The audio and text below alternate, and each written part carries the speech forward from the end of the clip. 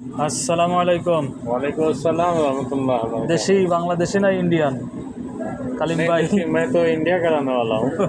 ठीक है। ये जैक फ्रूट है, हाँ? जी, बांग्लादेश जी। का है। हाँ, जैक फ्रूट है। हाँ? बांग्लादेश का नेशनल फल है। अच्छा अच्छा। तो ये आपका बहुत सी कीमत है बाहर, हाँ। लेकिन बांग्लादेश में गाय खाता है, गुरु खाता है, काव सागला भी खाता है, तो बकरी भी खाता है।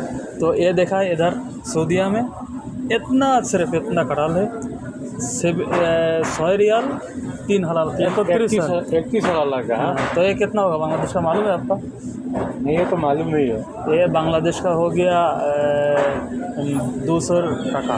200 टका। हाँ, इतना हो तो गया। हमारे इंडिया में तो इतना महंगा नहीं मिलेगा।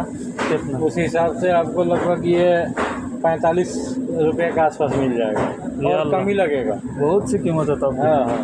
তো যাদের আসলে সৌদি আরবে কাঁঠালের দাম অনেক বেশি, তো যাদের ज़रूरत হয় আমরা एशियन मार्केट নিতে পারি। जिसने इंडिया से देख रहा है वो एक जैक फ्रूट एशियन मार्केट में मिलेगा। या अल्लाह, अस्सलाम वालेकुम।